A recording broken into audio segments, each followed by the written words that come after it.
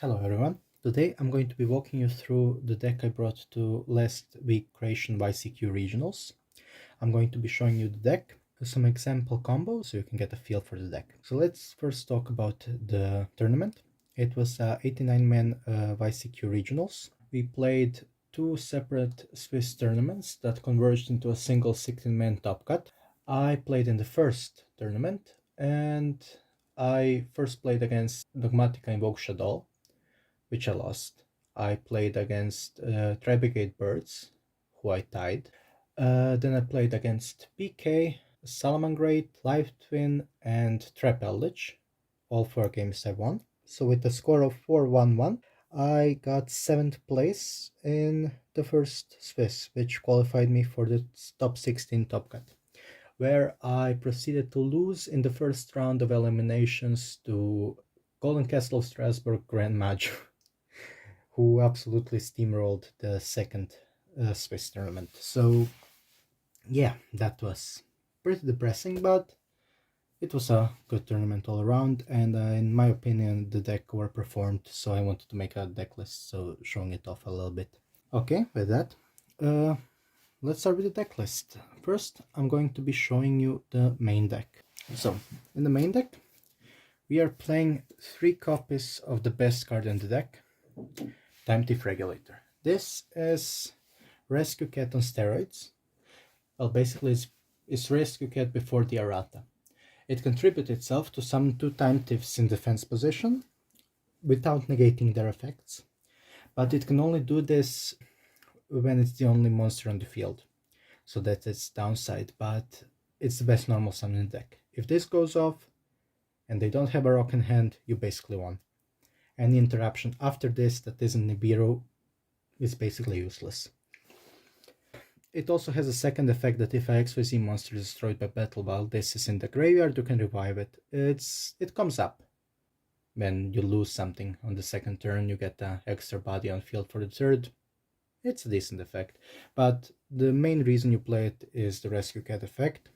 So, what do you want to summon off of it? So the first thing you want to summon off of it is Time Thief Finder. This card is basically the Stratos of the archetype. It searches everything but itself on summon. It also has an effect where you can detach a material from an XYZ card you control to special summon it from the hand. So it's also a extender in certain situations. Next, we are playing 1 Time Thief Adjuster. So most people would say that this card is at least a 12 because it's a great starter in its own right, but I found it to be rather breaky with the rather limited Time Thief engine I'm playing, because this card has 2 effects. So basically when it's normal special summoned, you can foolish any Time Thief card to the graveyard.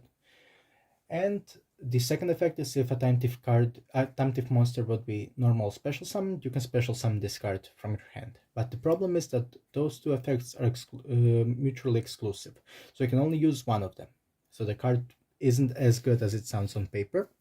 So why only play 1? Because this card can start the entire combo with 1 extender. The problem is, if you play even a tiny bit bigger Time Thief engine than this, you get exponentially more prone to breaking.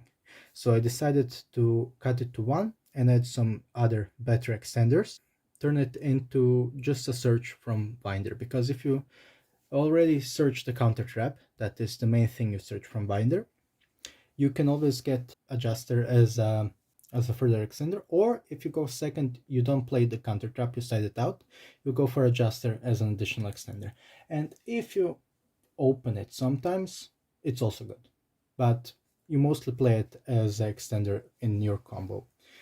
The last Time Thief card we play is Bezelship. This is crucial to most of your combos, because the things you mostly want to be summoning off of Regulator are 1 Winder and 1 Bezelship. The reason for that is that Bezelship has 2 effects.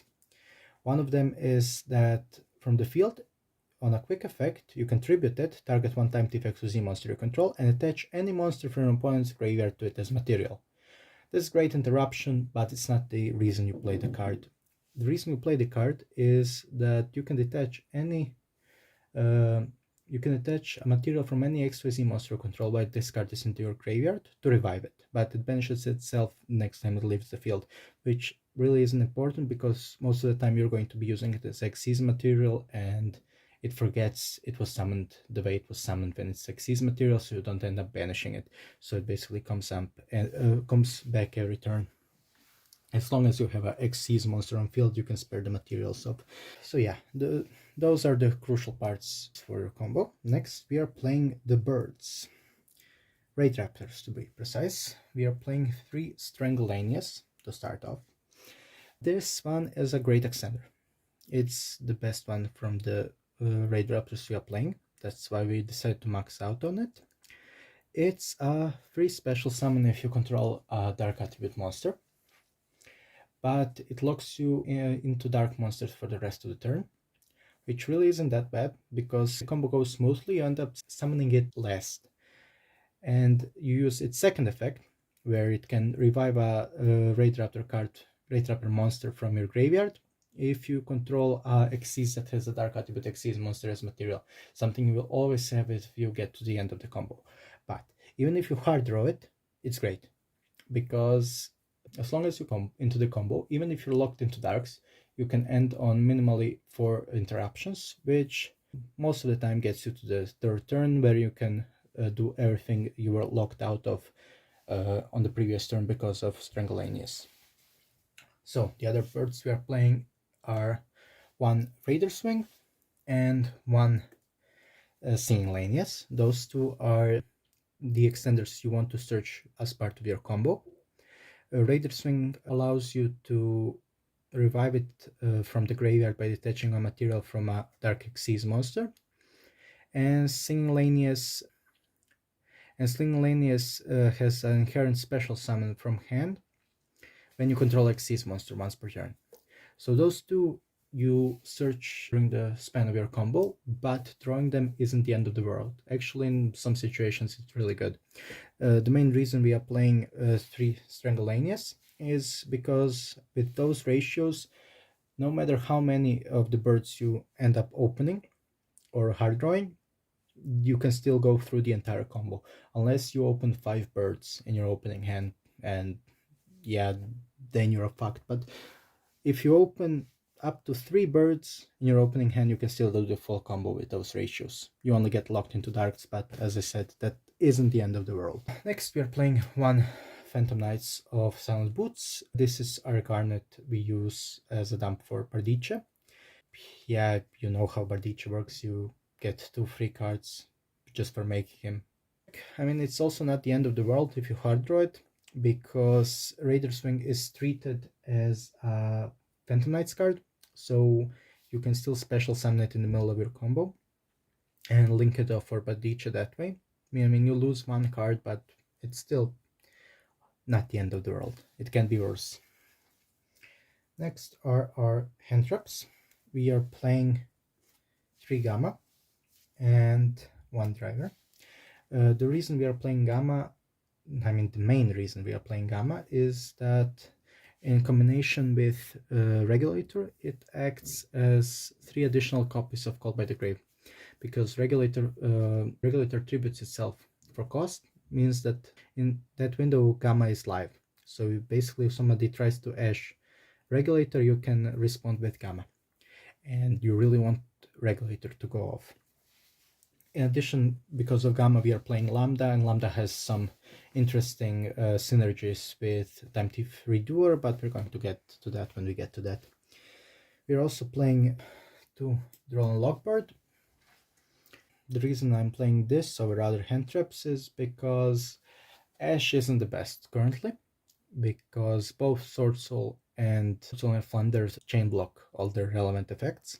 So that's why I switched to Veiler for my initial testing. But I found out that Veiler, it's great when it works, but just isn't high impact enough in a lot of matchups. So I decided to try out Droll and Lockbird in the main deck, and it worked really well for all the testing I did. It also came up frequently on the tournament, so I'm pretty satisfied with this. Next, we are 3 Dinotherium as a generic extender. This card is amazing. Most people probably know it as a bridge card for Small World. It has the ability to special summon itself inherently, but when it's special summoned, your opponent gets the chance to revive a 4 from either player's graveyard. But he can revive a 4, not a level 4 or lower.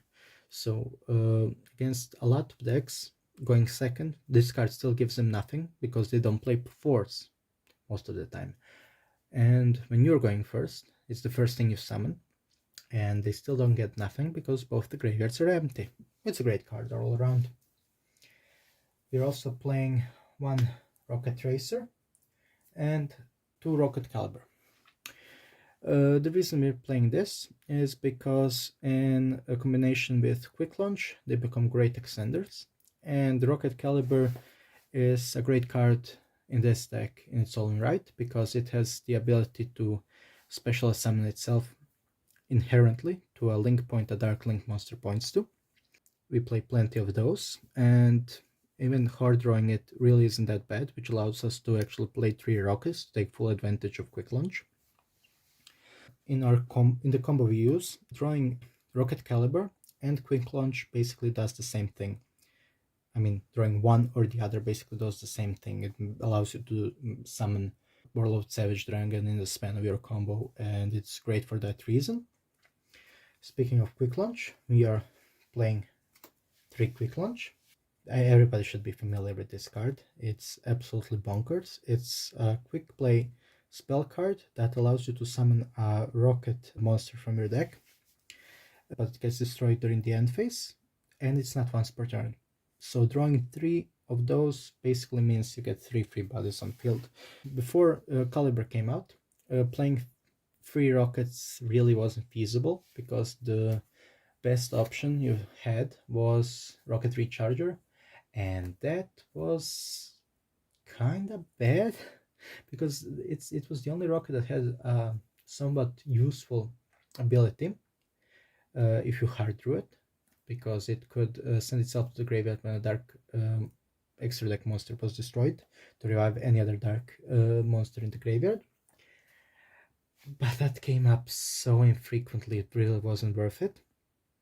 So you would only play 1 Tracer and 1 Recharger, which means that drawing 3 Quick Launch was just depressing. Now we can play 3 Rockets, and 2 of them you actually want to draw sometimes, so it's really good. Next we are playing 2 Ready Fusion and 1 Instant Fusion. This basically means we are playing 3 Ready Fusion, but we're only paying for 2, because Instant Fusion is peanuts and it does the exact same thing. It summons a level 4 non-effect fusion monster, so that's basically the only thing you're using it for. We're also playing 3 Forbidden Chalice. This card is amazing currently.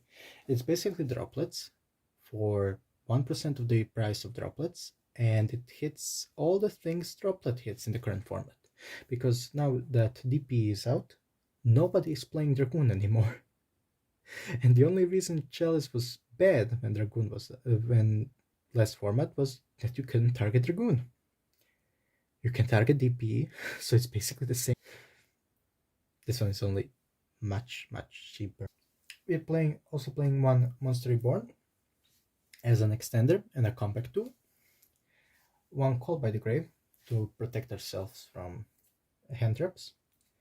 And the card basically the entire deck revolves around. Rank Up Magic Soul Shapers. This card is bonkers. You can pay half your life points and target 1 Raid Raptor Xyz monster in graveyard, revive it, and rank it up 2 ranks without any restrictions. It's insane.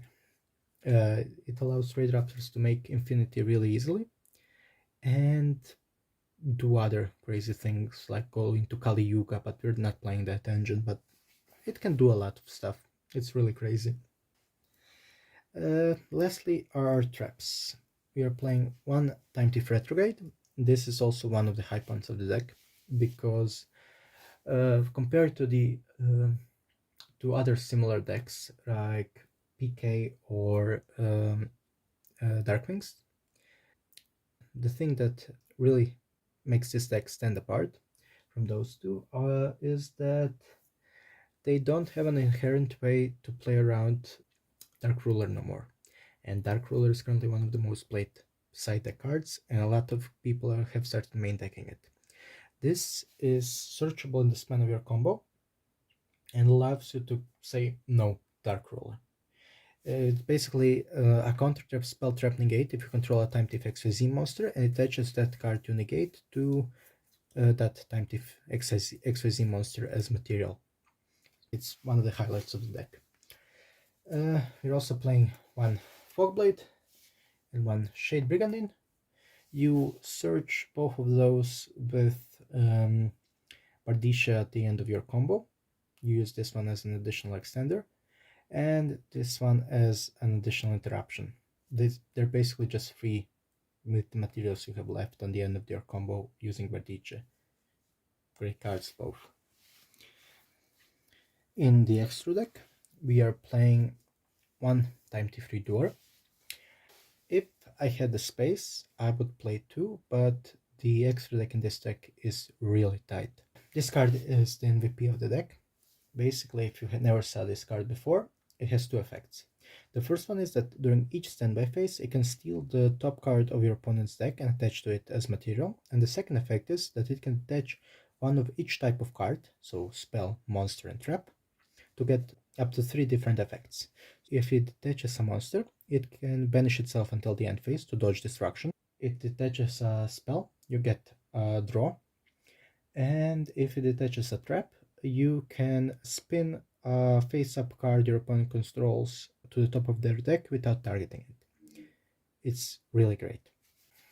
Next, you're playing one Perpetua. This card is amazing in a grind game. Summoning this in a grind game could be really great because it has two effects. The first one is that it can target any Xyz monster you control and attach any Time Thief card from your deck to it as material. It also has a second effect that allows it to revive a Time Thief monster in the standby phase by attaching one material from it. So you can bring back Redoer or you can bring back Bezel Ship for additional interruptions. Next we are playing our birds. Those are 2 Force Tricks. This is a soft once per turn searcher for level 4 Darkwing Beast monsters. This is what the entire combo revolves around. You basically summon both in the span of your combo and search 2 different birds with it. The Raid Raptor combo enables the summon of Cyber Dragon Infinity. Next we play Gaga Magician. This card allows you to revive a Xyz monster from a graveyard by attaching one material from it, but the revived monster's effect is negated, which is okay because you mostly use it to revive a rank 4 to overlay it into F0 Utopic Future, and then you rank up F0 Utopic Future into Utopic Draco Future to get an additional negate on board. The fun thing about Gaga Magician is that it has a second effect, that if it's attached to a F0 Utopic Future card as material, both of these are treated like that, those cards get an additional effect where they can detach 2 materials, target one Xyz monster you control, negate its effect, and set its attack to 4000. So in certain situations you can actually OTK with Utopic Future and another XYZ. Next we are playing one of the craziest OTK enablers in the game, in my opinion, that nobody is talking about, and that's the Raider's Knight Arc Rebellion package.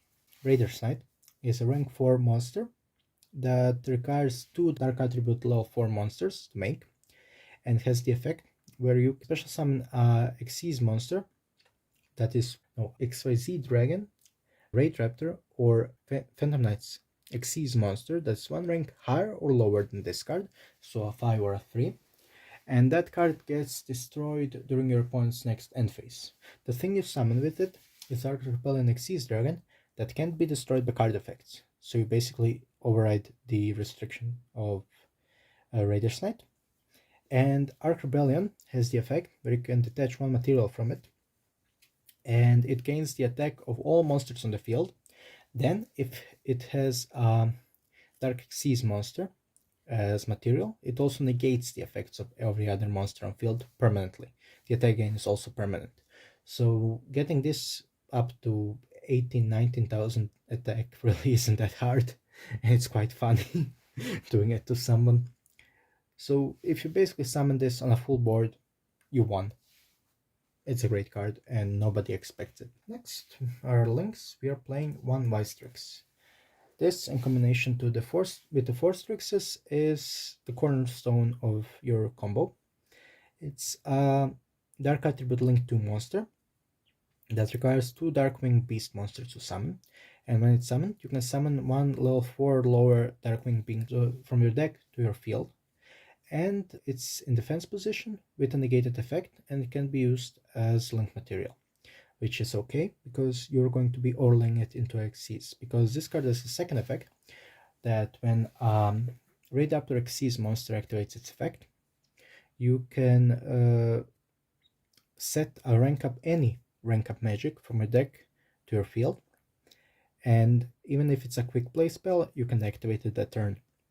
So basically use this to get another free body on the field and set rank up magic Soul Shave Force directly from your deck to your side of the field. It's a really amazing card and utterly broken. Next we are playing one Phantom Knights of Rusty Bardiche. We are playing this mainly to get an additional extender and additional interruption on the end of our combo. It's bonkers. Everybody knows about this card. There's a reason it was banned for quite a while. The only generic link we are playing is Psyframe Lord Lambda. That's mostly because we are playing Gamma, and we need a way to get rid of it if we summon it on our turn, which we really want because we mostly use it as protection for Regulator. And this card also has a interesting interaction with Time Free Door, because it has the effect where if a Psychic type monster is banished during your turn, you can search a Psyframe Gear monster in your end phase. So basically activating Redoer's monster card effect to banish itself during the end phase triggers Lambda because Redoer is a Psychic. So in certain board states, you can summon Lambda and Redoer, banish Redoer, and get a Gamma Search in the end phase to get a guaranteed Gamma. That's a fun interaction, but we mostly play it because it's a generic link 2 you can use to get rid of Gamma on your field. Next we're playing one fusion, that's Darkfire Dragon. We play this as our instant fusion / ready fusion target. That's all there is to it. It's a Dark Attribute level 4 dragon. And the last card we play in our extra deck is Borload Savage Dragon. We play this one because with our sizable rocket package, it's really easy to summon him both when setting up your board going first using Quick Launch or Rocket Caliber, and it's also really easy to summon him in a grind game, and getting a 4000 attack 3 negate Savage in a grind game is basically game over for most any deck, and it comes up way more often than you will think. So in the side deck we are playing 3 Lancia. The main reason I was playing Lancia was because I was expecting a lot of people to play PK in the tournament, and I was right, because it was the second most played deck after Dogmatica Invoke Shadow, and it really came in useful because I also played against Tribrigade Lyrilisk.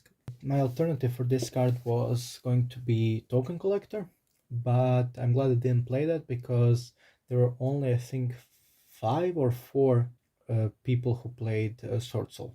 So this was a really good choice in my opinion. Next, here's the third draw for games that draw is out to win in, like Flunder or Drytron. Next is one copy of Dino Wrestler Pancratops, overall an amazing going second card. And the last monster we have in Our side deck is Gaga Cowboy, because time rules are a thing. Next are spells. We are playing 3 Dark Rule and no more. This is an amazing card. It's amazing currently against most every deck and most every combo deck in the format, except maybe Trebregate Lyrlask that have out to it in the form of Trebregate Oath, but they usually don't end on on an active oath, even if you have one piece of interruption. So Dark Ruler is still great against them most of the time. You're also playing 2 Twin Twister and 1 Harpy's Feather Duster for the control matchups, and 1 Mind Control for an additional form of board breaking against combo decks. Nothing is ever going to beat stealing a 3 Metapalooza from Tribegate. It basically wins you the game in certain matchups. We are only playing two trap cards in our side deck. One of them is Imperial Order and one of them is Red Reboot. Both of them are self-explanatory. Order is great against things like Striker, and Red Reboot is great against any back row deck. The first combo I'm going to be showing you today is your 1-card combo involving Time Thief Regulator. If you manage to resolve Regulator, you can get your full combo off of 1 card. So, normal summoning Time Thief Regulator, you will trigger its effect, tributing it for cost, get Time Thief Finder and Time Thief Battleship on field. After that, you're going to use the effect of Time Thief Finder to search Retrograde. You're also able to search Adjuster, which means you will be able to trigger Adjuster later in the combo once you revive Battleship using its own effect. So you basically have a choice between an extender and an interruption on your opponent's turn. In this situation, we are going to pick the interruption. Next, we are going to overlay those two into a Force Strix. We are going to trigger the effect of the Force Strix, sending the Battleship and searching the Singleanius. Next, we are going to use Singleanius as a summoning condition to special summon it, and we are going to use the effect of Battleship to revive it. Next, we are going to link those two into a Vice Strix, triggering its trigger effect to summon Raider Swing from a deck. After that, we are going to overlay those two into a second Force Strix, triggering the effect, this time detaching the Raider Swing. We are going to add Strangleanius to hand, and the mandatory effect of Vice Strix is going to trigger, allowing us to set the rank up from deck. After that, we are going to activate the rank up, pay half our life points, target the Force Strix in graveyard, revive it, and rank it up into infinity. After that, we are going to use the graveyard effect of Raider Swing, detaching Battleship to special summon it. Next, we are going to link those two into Bardice, activating the effect, sending Boots to the graveyard and setting Shade Brigandine. Next, we are going to summon the Shade Brigandine. At this point, we have a choice between going into Gaga Magician to summon Utopic Draco Future and having a guaranteed spin on Redoer. This time I'm going to choose to go for the Utopic Future. We are going to make a Gaga Magician. Next, we are going to activate the effect, targeting the Force Strix in graveyard, summoning it, and overlaying those two into the Utopic Future. Next, we are going to overlay the Utopic Future into Utopic Draco Future. After that, we are going to banish the Silent Boots from our graveyard to add a Fogblade to hand, and we are going to use the effect of Strangleanius to special summon it. We are locked into Dark Attribute monsters after this. We are going to use the second effect of Strangleanius to revive Raider Swing, and we are going to overlay those two into Redoer, using the effect of Cyber Dragon Infinity to attach Bardice. You want to do this because of 2 reasons. One of them is that hypothetically you will run into a psychopath who is still playing Super Poly in the main deck, meaning he would be able to Super Poly Bardice and Redoer. And the more pressing reason why you're doing this is that if you run into a Cyber Dragon player, he is immediately, once his turn starts, able to use your Bardice and your Infinity to make Mega Fleet. And you really don't want that to happen. So it's best to attach Bardice to it. After that, we're going to set those two cards, and this was all thanks to one card. One resolution of the effect of Time Thief Regulator gives you all this. The second combo I'm going to be showing you today is how to use Time Thief Adjuster or Time Thief Bezel Ship as a gateway to go into your full combo using only one extender. In this instance, we are going to be using Dynatherium and Time Thief Adjuster. One thing to remember if you're using Dynatherium in this situation is that you always want to special summon Dynatherium first, because Dynatherium is an inherent special summon, but after it is summoned, your opponent can special summon a level 4 monster from either player's graveyard. This is important because when you normal summon Adjuster, you want to use her effect to send Bezel Ship to the graveyard. So if you normal summon Adjuster first and use her effect and then summon Dynatherium, your opponent will be able to revive the Bezel Ship from your graveyard. So after this, we are going to go into a Force Tricks, use the effect, get the Singulanius, and we are going to use the effect of Bezel Ship to revive it. After that, we are going to special summon the Singulanius. We are going to link off those two for a Wise Tricks, summoning a Raider Swing. Next, we are going to overlay those two, the second Force Tricks, detaching the Raider Swing this time, and we are going to search a Strangulanius. After that, the mandatory effect of Wise Tricks is going to trigger, giving us the rank up. We are going to use the rank up, and we are going to activate the effect of Raider Swing in the graveyard, reviving it. After that, we are going to go into Bardiche, activate the effect, send Boots for a Shade. We're going to activate the Shade, and this time we aren't going to go into Gaga Magician because we don't have the counter trap, meaning that this situation we would completely be dependent on what Redoer top decks from the opponent to see how useful he is going to be. So we are going to make Redoer now using the Shade Brigandine, so we know that he has a guaranteed spin on the opponent's turn. After that, we are going to use the Strangulanius, summoning it, and using its effect to summon Singulanius. After that, we are going to overlay those two into Perpetua, and we are going to use that's also fine. We're going to use the Bardiche's effect, pop itself. This wasn't intentional, I wanted to use Perpetua's effect, but it basically does the same thing. We're going to use Perpetua's effect, targeting Infinity, giving it another material. Our Infinity would have 2700 at this point, but I messed up, so just ignored it. So we are going to use Boots in our graveyard to get a Fogblade. We are going to set it. After that, we are going to pass the turn, and in our opponent's standby phase, we are going to use the effect of Time Thief Perpetua to special summon the Bezel Ship from our graveyard. And after that, we have 4 interruptions for our opponent. We have the non-targeting spin from Redoer, the Omni Negate from Infinity, the targeting monster negate from Fogblade, and the Diddy Crow effect that Bezel Ship has. It's also important to know that the Bezel Ship Diddy Crow effect doesn't actually target anything in your opponent's graveyard, so he has no idea what you're going to steal.